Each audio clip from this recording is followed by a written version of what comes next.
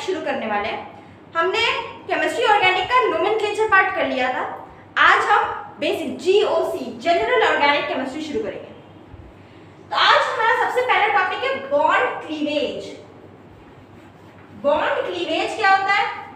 Bond यानी कि जो नॉर्मल हमारे एटम्स के बीच का बॉन्ड होता है, और क्लीवेज का मतलब होता है तोड़ना। तो बॉन्ड क्लीवेज, हमें पता है ये बॉन्ड होता क्या है। दो, मान लो कि कार्बन का एटॉम, हम लोग जीओसी में नॉर्मली कार्बन का एटॉम ही स्टडी करते हैं। दो कार्बन एटॉम के बीच का जो फोर्स ऑफ अट्रैक्शन होता है, जो कि दोनों इलेक्ट्रॉन से मिलकर बनता है, इस फोर्स ऑफ अट्रैक्शन को बोलते हैं बॉन्ड। ठीक है, बॉन्ड की कोई लाइन नहीं है। बॉन्ड क्या है? Force of attraction. Force of attraction है बॉन्ड। यहां पर हमने बनाया कार्बन कार्बन का सिंगल बॉन्ड। ये बॉन्ड, ये जो फोर्स ऑफ अट्रैक्शन है कैसे बनती है?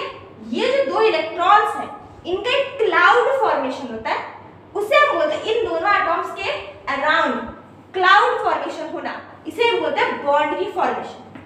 इसे क्या है? ये एक इलेक्ट्रॉन का क्लाउड है। कौन? हमारा बॉन्ड। अब क्या? अब इस बॉन्ड को तोड़ने के बहुत सारे तरीके होते हैं। एक तरीका तो ये है कि ये जो दोनों हमारे इलेक्ट्रॉन्स हुए, ये दो कार्बन, इन दोनों कार्बन का इलेक्ट्रोनेगेटिविटी सेम है। इन दोनों कार्बन की इलेक्ट्रोनेगेटिविटी सेम है क्योंकि दोनों सेम ही है। सो इलेक्ट्रोनेगेटिविटी सेम, इस वजह से ये ऐसे टूटेगा। अगर इसे कभी टूटना पड़े तो ये इस तरह से टूटेगा। इस एरो जो हमने शो किया है, इसे हम बोलते हैं hook arrow. Hook fish hook arrow, fish hook arrow. जब दो same, almost same electronegative atoms के बीच का बॉन्ड हम तोड़ते हैं, तो उस बॉन्ड को हम तोड़ने के लिए फिश हुक एरो का इस्तेमाल करते हैं। और इस बॉन्ड को जब हम तोड़ते हैं तो ऐसा कुछ बनेगा। ये कार्बन अपना एटॉम को अपना इलेक्ट्रॉन लेके चला गया, ये कार्बन अपना इलेक्ट्रॉन लेके चला गया। इससे इसी जो बीच की चीजें बनी है, ये जो नॉट, ये एटॉम्स भी नहीं हुए, ये कंपाउंड भी नहीं है, ये क्या है? इसे हम बोलेंगे फ्री रेडिकल। फ्री रेडिकल, इसमें क्योंकि एक फ्री इलेक्ट्रॉन है, इसलिए इसका नाम क्या हुआ? Free radical. अब अगर ऐसा भी हो सकता है कि इलेक्ट्रोनेगेटिविटी सेम नहीं है, जैसे कि कार्बन और ऑक्सीजन का बॉन्ड, इसमें इलेक्ट्रोनेगेटिविटी सेम नहीं है, ऑक्सीजन की ज्यादा इलेक्ट्रोनेगेटिव है, कार्बन तो कम है।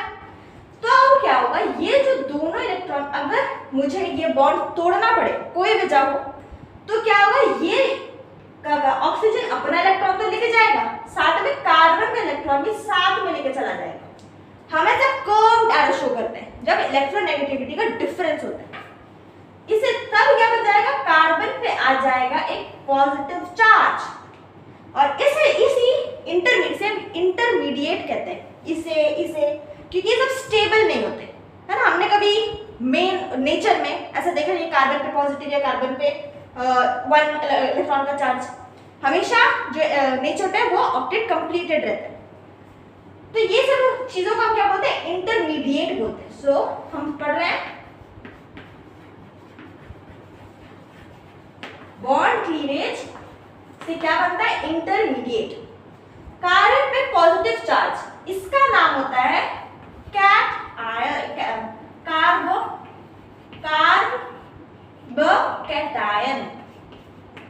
कार्बोकैटायन।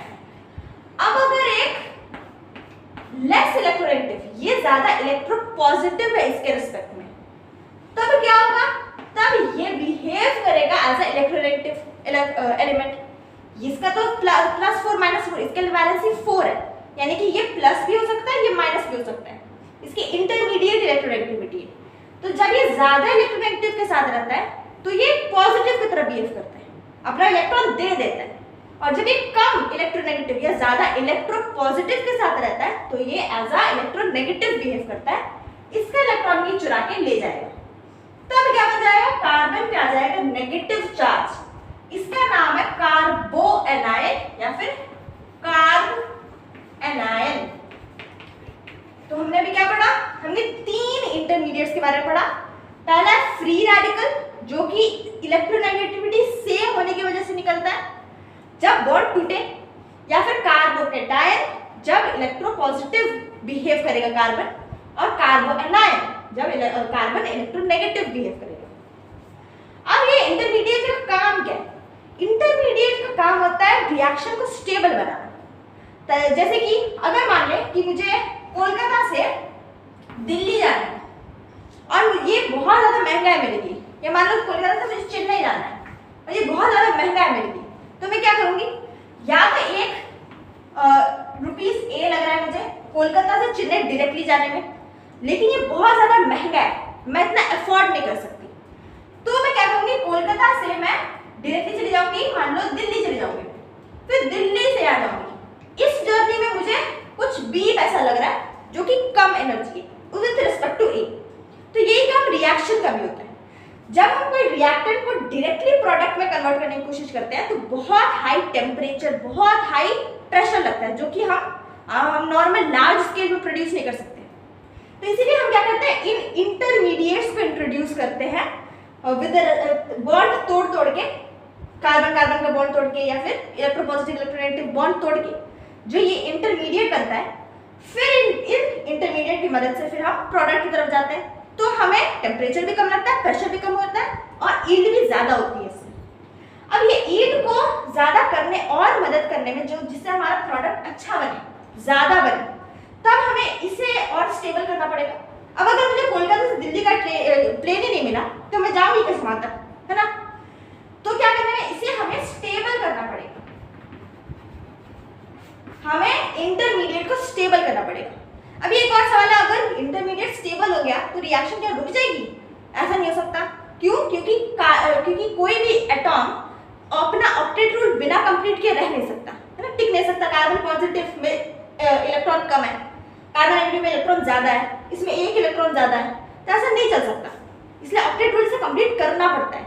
तो इसलिए ये हमेशा कुछ ना कुछ बनेगा, ऐसा नहीं है। तो इसलिए इससे हमें स्टेबल करने के लिए हम बहुत सारे तरह तरह के मैकेनिज्म इंट्रोड्यूस करते हैं। तो आज हम उसका फर्स्ट मैकेनिज्म पढ़ेंगे जिसका नाम है इंडक्टिव इफेक्ट। अब हम शुरू करने वाले हैं इलेक्ट्रॉन डिस्प्लेसमेंट इफेक्ट्स, यानी कि जो मैकेनिज्म्स जिससे हमारा इंटरमीडिएट स्टेबल हो सके। सबसे पहला आज की क्लास में पढ़ेंगे इंडक्टिव इफेक्ट। अब इंडक्टिव इफेक्ट को अच्छे से पढ़ने के लिए हमें कुछ बेसिक चीजें आनी चाहिए। जैसे कि जब हम फ्री रेडिकल कार्बोकेटायन कार्बोनायन के बारे में पढ़ते हैं तो इसका ये क्या हाइब्रिडाइजेशन कितना है वो हमें पहले पता होना चाहिए। फ्री रेडिकल की पहले बात करें, हाइब्रिडाइजेशन कैसे निकालता है? पहले हम सिग्मा बॉन्ड को कैलकुलेट करते हैं। कितना सिग्मा बॉन्ड है? 1 2 3 सिग्मा बॉन्ड है। और लोन पेयर कितना है? क्या है यहाँ पे लोन पेयर? यहाँ पे एक इलेक्ट्रॉन, हाँ एक इलेक्ट्रॉन है, लेकिन इसे हम लोन पेयर नहीं बोलेंगे, है ना, पेयर में नहीं है। इसलिए लोन पेयर क्या होगा? 0, यानी कि ये हो गया 3 किसमें होता है? sp2, यानी कि प्लेनर में। ये प्लेन में एग्जिस्ट करता है। ये 3D स्ट्रक्चर नहीं है, 2D स्ट्रक्चर है। क्या? Free radical. ये हमें याद रखनी है, जब हम रेजोनेंस वगैरह पढ़ेंगे तो ये यूज होता है कि जो हमारा फ्री रेडिकल है वो सिर्फ एक प्लेन में रहता है, क्योंकि एक प्लेनर स्ट्रक्चर है। उसका हाइब्रिडाइजेशन कितना है? sp2 hybridisation. कार्बोकेटायन क्या है? देखिए सिग्मा बॉन्ड कितना है? 3। लोन पेयर कितना है? इसे भी लोन पेयर नहीं है, कितना हो गया? 3। ये भी क्या हो गया? sp2, यानी कि ये भी क्या है? प्लेनर। ये भी प्लेन में रहता है। कार्बोनायन देखते कितना है? ये 3, इसमें अब एक लोन पेयर है ना, यानी कि ये हो गया 4, यानी कि ये sp3 टेट्राहेड्रल। इसका हाइब्रिडाइजेशन, लेकिन क्योंकि ये जो हमारा लोन पेयर है वो परपेंडिकुलर रहता है, जैसे कि कार्बन ऐसा दिखेगा, अगर यहाँ पे एक पिरामिड का शेप दिखेगा और यहाँ पे एक लोन पेयर रहता है। अब लोन पेयर को तो हम शेप की तरफ से गिनते नहीं है, तो अगर इसका शेप हमें पता करना हो तो इसका शेप क्या है? इसका शेप है पिरामिडल शेप। पिरामिडल शेप है इसका। हाइब्रिडाइजेशन क्या है? टेट्राहेड्रल, यानी कि एक 3D स्ट्रक्चर है। तो फ्री रेडिकल और कार्बोकेटायन क्या है? 2D स्ट्रक्चर्स, प्लेनर स्ट्रक्चर्स, और कार्बोनायन क्या है? 3D structures.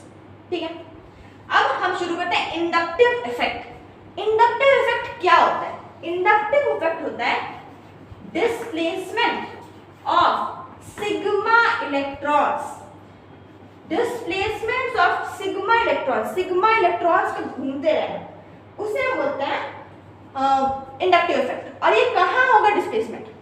Of course electron कहाँ जाएंगे? Towards more electronegative atom. ये तो हमेशा पता ही है, जो इलेक्ट्रोनेगेटिव ज्यादा होगा उसकी तरफ इलेक्ट्रॉन जाएगा। लेकिन इलेक्ट्रॉन पाई बॉन्ड भी जा सकता है, पाई इलेक्ट्रॉन्स और सिग्मा इलेक्ट्रॉन्स भी। सिग्मा इलेक्ट्रॉन्स की स्टडी हम करते हैं किसमें? इंडक्टिव इफेक्ट बोलते हैं। इंडक्टिव इफेक्ट का मतलब है सिग्मा इलेक्ट्रॉन को खाली स्टडी करना। अब एक क्वेश्चन देते हैं। क्या क्वेश्चन है कि ये एक स्ट्रक्चर है, कार्बोकेटायन है,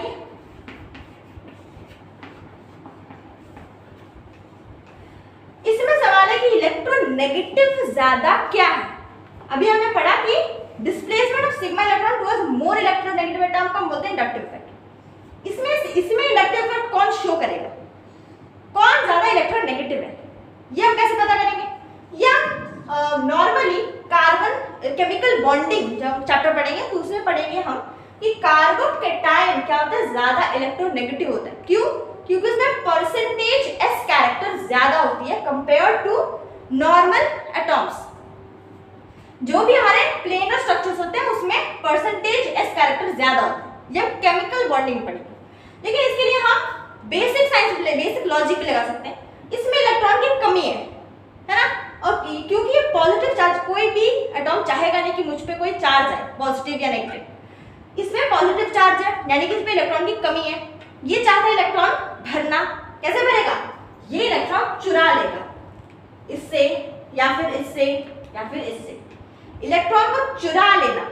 इसे हम क्या बोलते हैं? Inductive effect. क्या किया इसने? यहाँ इसके इलेक्ट्रॉन्स को अपने टुवर्ड्स डिस्प्लेस कर दिया, अपने आप को न्यूट्रल बनाने की कोशिश में। वैसे अगर यहाँ पे इसी जगह पे CH3 यहाँ पे अगर नेगेटिव होता तो क्या करते हैं हम? इसमें पहले से इलेक्ट्रॉन ज्यादा है, अब इससे और इलेक्ट्रॉन नहीं चाहिए, इससे कोई इलेक्ट्रॉन ले लो, ये चाहता है क्योंकि इसमें नेगेटिव चार्ज है, इसमें इलेक्ट्रॉन की ज्यादा है, बहुत ज्यादा इलेक्ट्रॉन। ये क्या करेगा? दे देगा इलेक्ट्रॉन, इधर भी दे देगा, इधर भी दे देगा।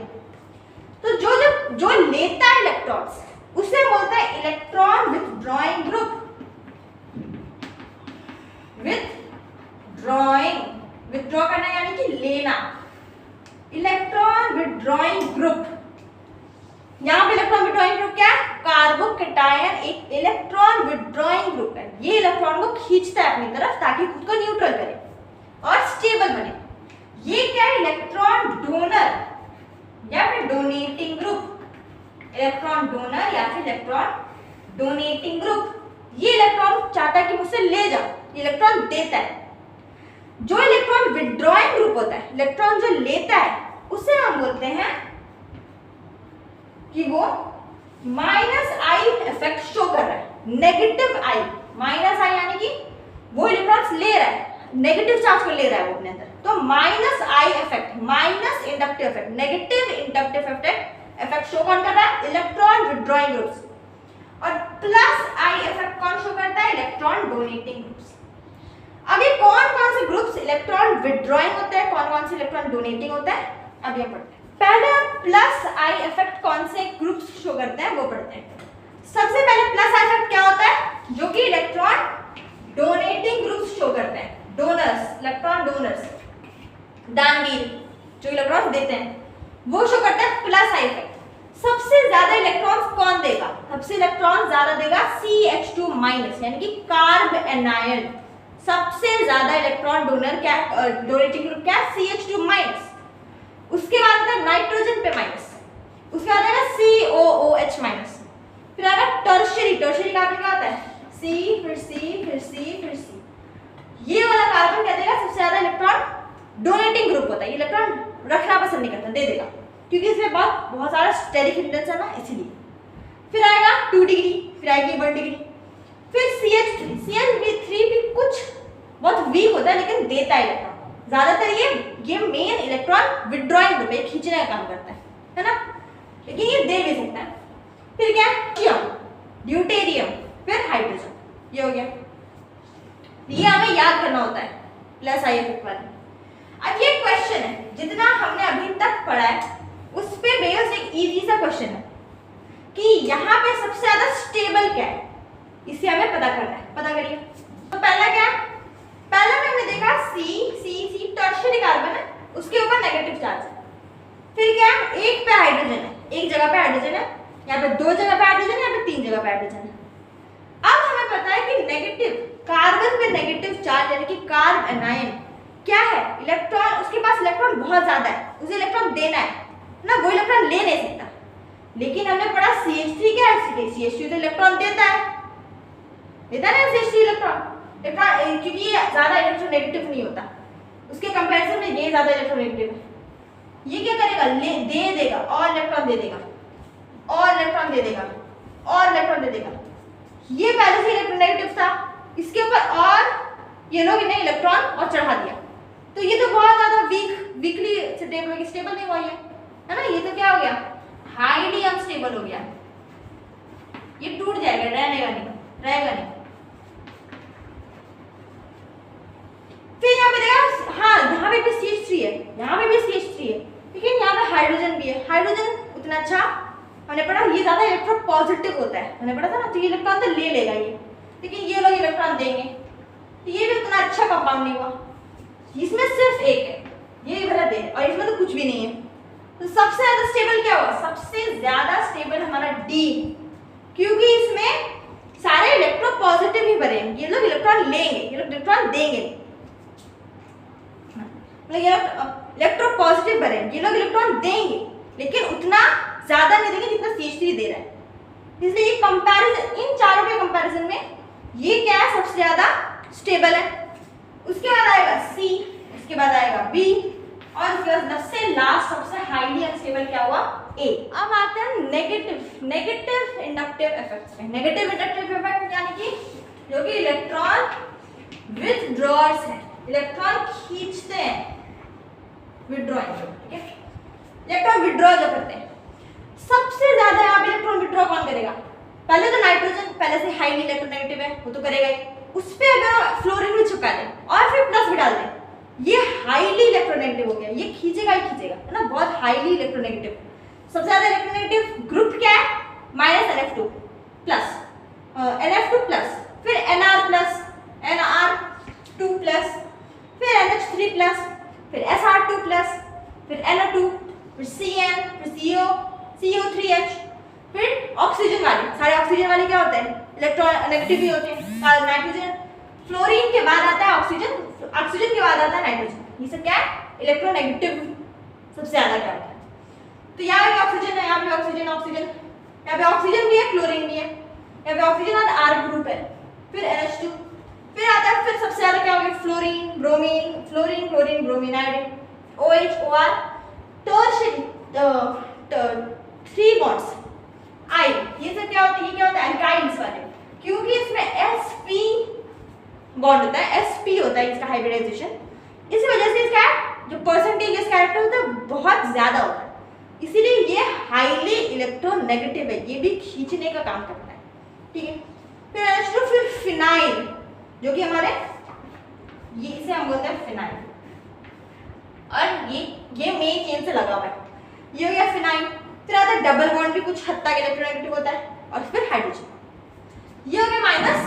आगे का क्वेश्चन करते हैं, स्टेबिलिटी का ऑर्डर करना है। फिर से एक हमारा साइक्लोहेक्सेन है, साइक्लोहेक्सेन पे पॉजिटिव चार्ज, दूसरे पे CF3 भी लगा हुआ है पैरा पोजीशन पे, और यहाँ पे मेटा पोजीशन पे लगा है। हमें पता है ना कि अगर ये एक साइक्लोहेक्सेन है, या इसको अगर हम रेफरेंस माने, इसे हम बोलते हैं ऑर्थो ग्रुप, ऑर्थो पोजीशन, इसे हम बोलते हैं मेटा पोजीशन, इसे हम बोलते हैं पैरा पोजीशन। ये ऑफ कोर्स इसकी तरह मेटा होगा, और ये भी क्या होगा, ऑर्थो होगा। अगर इसे हम रेफरेंस लें, तो एक लगा हुआ है पैरा पोजीशन पे, एक लगा है मेटा पोजीशन पे, ज्यादा स्टेबल, इन तीनों में से की स्टेबिलिटी ऑर्डर बता दिया हमने। अब हमने देखा कि उसके ऊपर क्या लगा, पॉजिटिव चार्ज। पॉजिटिव चार्ज का मतलब क्या है, इसके पास इलेक्ट्रॉन की कमी है, इलेक्ट्रॉन की कमी है इसके पास, तो ये चाहता है कि कोई इसे इलेक्ट्रॉन दे, है ना, इसके पास है इलेक्ट्रॉन की कमी, ये चाहता है इलेक्ट्रॉन मुझे चाहिए। तो यहाँ पे तो कुछ ऐसा है नहीं कुछ कंपेयर करने का।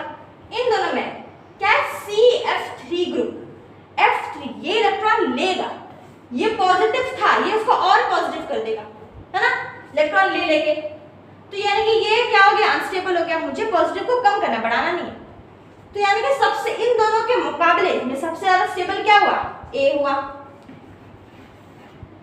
अब हम देखेंगे कि यहाँ पे भी CF3 है, यहाँ पे भी CF3 है, यहाँ से इलेक्ट्रॉन ये खींचेगा बहुत, यहाँ ये वाला जो ये है, ये वाला जो ग्रुप है इस कार्बन से खींचेगा बहुत ज्यादा खींचेगा, इस वजह से थोड़ा सा कम हो जाएगा। हाँ, यहाँ से भी बहुत बार खींचेगा, यहाँ पे थोड़ा सा कम, यहाँ पे बहुत ज्यादा कम, यानी कि ये पॉजिटिव उतना पॉजिटिव और ज्यादा पॉजिटिव नहीं हुआ, लेकिन ये बहुत ज्यादा हो गया कि इस कंपैरिजन में।